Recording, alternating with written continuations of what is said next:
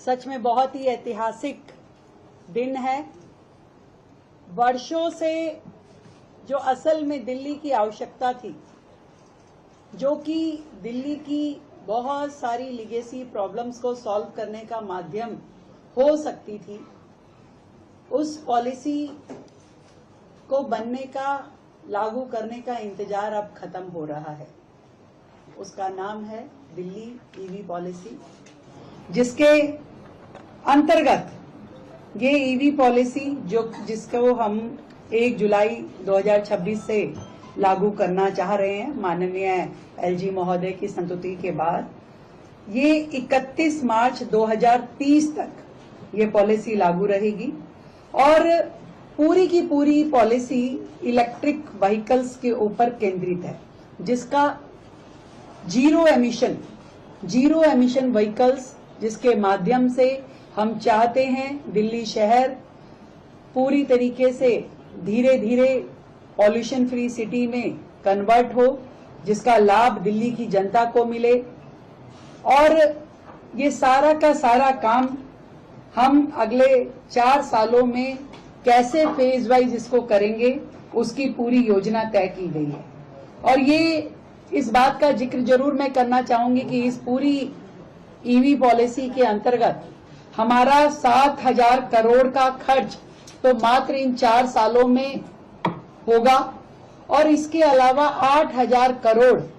अन्य हम लोग इस ईवी इंफ्रास्ट्रक्चर को क्रिएट करने में और जो साल दर साल रोड टैक्सेस जो माफ होंगे उसमें हमने कैलकुलेट किया है। तो लगभग 15,000 करोड़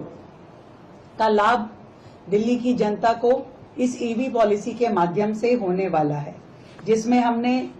खरीद पे प्रोत्साहन दिया है, स्क्रैपिंग पे प्रोत्साहन दिया है, चार्जिंग इंफ्रास्ट्रक्चर क्रिएट करना है और रोड टैक्स और रजिस्ट्रेशन की छूट भी इस पॉलिसी में दी गई है।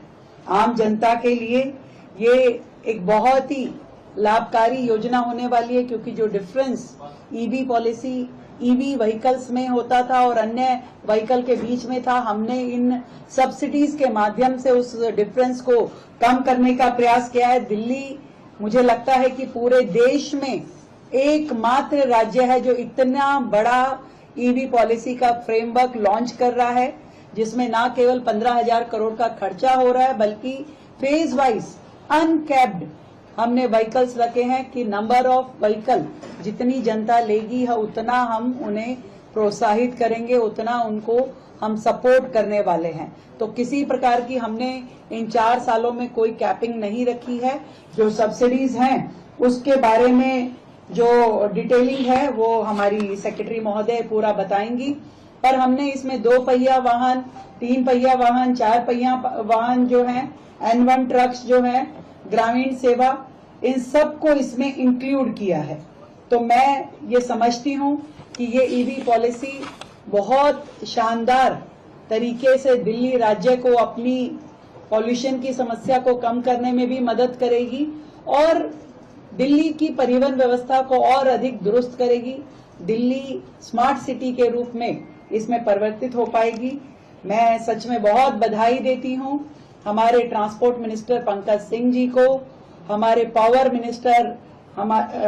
पावर मिनिस्टर आशीष सूद जी को और एनवायरमेंट मिनिस्टर मजिंदर सिंह सिरसा जी को, जिन्होंने एक बहुत मेहनत के साथ एक एक पक्ष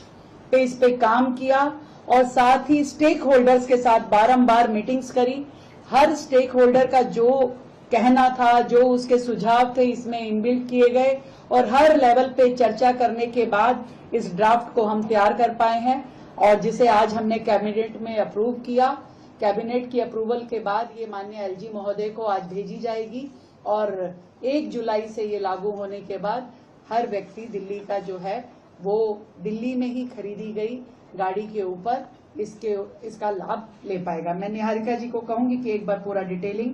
हमारे सभी साथियों को बताएं।